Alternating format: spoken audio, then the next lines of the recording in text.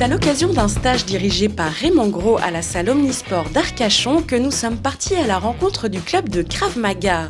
Une technique de self-défense simple et efficace qui permet aux initiés de se défendre contre une attaque, éviter les blessures et venir à bout d'un assaillant en cas de nécessité absolue.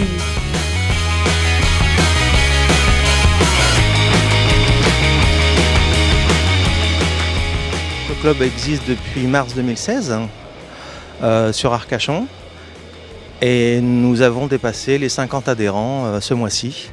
Donc c'est un club très dynamique. Je suis très content d'avoir ouvert ce club sur Arcachon. Il y a énormément de demandes. Alors déjà, donc, pour présenter Raymond Gros et Corinne Rosier, donc, qui sont les fondateurs du team, de notre team. On fait partie du team Raymond Gros, qui a aujourd'hui 15 clubs et 1000 licenciés. Donc c'est toujours bien aux nouveaux adhérents, comme on vient de commencer depuis un an, donc de voir un 7e dan quand même, c'est un des plus hauts gradés de France. Il faut savoir que vous avez très peu de hauts gradés en Krav Maga. Donc Raymond Gros est expert fédéral et expert donc 7e dan, et Corinne Rosier est 3e dan. Donc le Krav Maga est aussi ouvert aux femmes. On en a de plus en plus.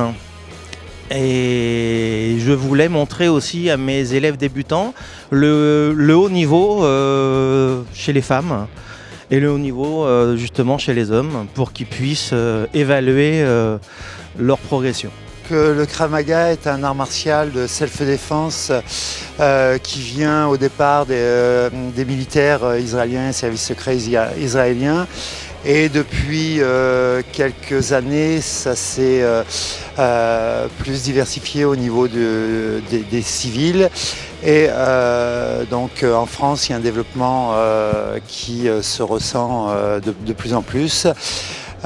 Donc un art martial très complet où on travaille aussi bien des techniques de défense contre attaques à main nue ou des attaques contre différentes armes, matraques, couteaux ou éventuellement armes à feu.